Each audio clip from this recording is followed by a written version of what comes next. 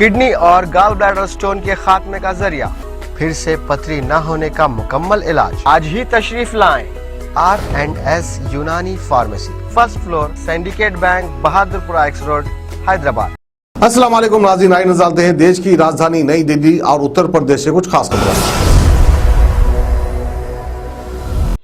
राजधानी दिल्ली में अपराधियों का दुस्साहस इतना ज़्यादा बढ़ गया है कि वो आपराधिक घटनाओं को अंजाम देने से पहले ये भी नहीं सोचते कि किसे शिकार बना रहे हैं। ताज़ा मामला दक्षिणी दिल्ली के खानपुर इलाके में हुई छिनैती का है।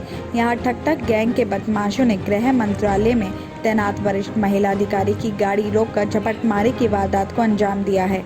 बताया जा रहा है कि महिला अधिकारी अपने बेटे के साथ फरीदाबाद जा रही थी और इसी दौरान ठक-ठक गैंग के 2 स्कूटी सवार बदमाशों ने उन्हें इशारा किया कि उनकी गाड़ी से तेल लीक कर रहा है। इससे परेशान होकर महिला ने एक हॉस्पिटल के पास गाड़ी रोक दी और देखने लगी कि तेल कहां से लीक हो रहा है और इसी दौरान स्कूटी सवार बदमाश उनके बैग पर झपट पड़े। उन्होंने बैग छीनकर भागने की कोशिश की, लेकिन महिला ने बैग नहीं छोड़ा। इस पर बदमाश महिला को 200 मीटर तक घसीटते चले गए। घटना में महिला अधिकारी के शरीर पर गंभीर चोटें भी आई हैं। पीड़ित महिला अधिकारी ने पुलिस को इस पूरे मामले की खबर दी है, जिसके बाद मौके पर पहुंची संगम विहार पुलिस ने महिला की शिकायत पर केस दर्ज करके उन्हें हॉस्पिटल में एडमिट करवाया है और मामले की भी जांच शुरू की है। फिलहाल पुलिस सीसीटीवी कैमरों की मदद से आरोपियों की तलाश कर रही है।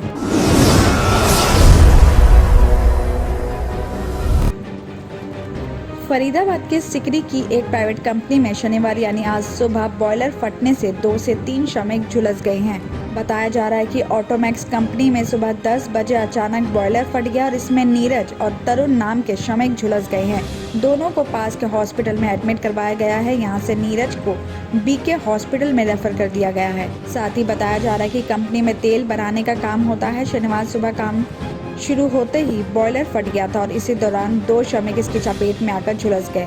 इस हादसे की खबर मिलते ही पुलिस के साथ कई दूसरे अधिकारी भी मौके पर पहुंच गए हैं। फिलहाल पुलिस इस मामले की जांच में जुट गई है।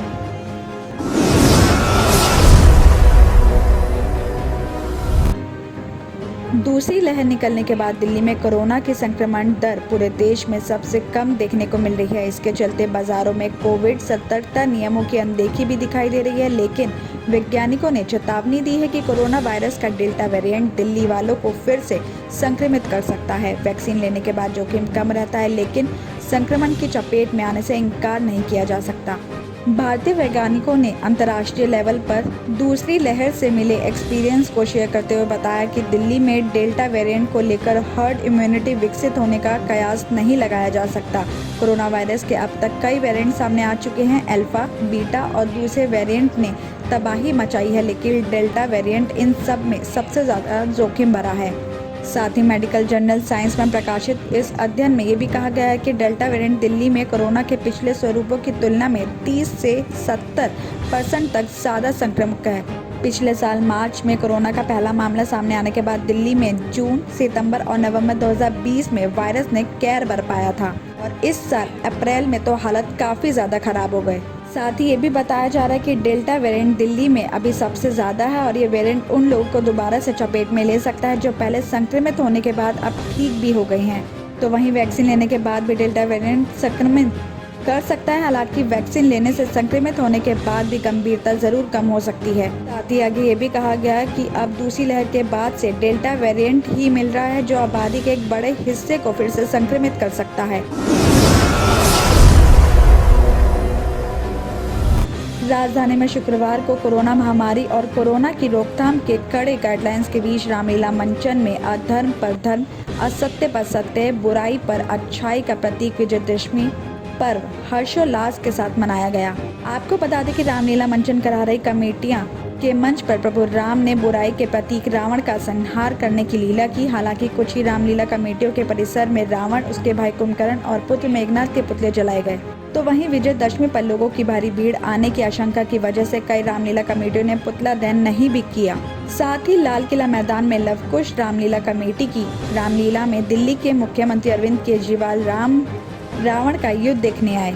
उनको मंच पर एक स्पेशल रथ में लाया गया। कमेटी के अध्यक्ष अशोक अग्रवाल ने उनको गदा और धनुष बाण भी भेंट किया, जबकि मुख्यमंत्री ने दीप प्रज्वलन के बाद राम, लक्ष्मण और हनुमान को तिलक करके रामलीला के मंचन का शुभारंभ किया। इस दौरान राम रावण के बीच भीषण युद्ध हुआ और युद्ध में रावण वध के बाद उसके पुतले पर मुख्यमंत्री अरविंद केजरीवाल ने तीर चलाया और इस मौके पर उन्होंने विजयदशमी को बुराई पर अच्छाई का प्रतीक बताते हुए तमाम बुराइयों का खात्मा करने का आह्वान किया। किडनी के अमराज से परेशान मायूस लोगों के लिए खुशखबरी। R&S यूनानी फार्मेसी किडनी और गॉल ब्लैडर स्टोन के खात्मे का जरिया। अब UNI स्टोन कैप्सूल्स के जरिए खात्मा कीजिए। No operation, no side effects, 100% result. सिर्फ UNI स्टोन कैप्सूल से मुस्तहिक लोगों के लिए खुसूसी रियायत। फिर से पथरी न होने का मुकम्मल इलाज।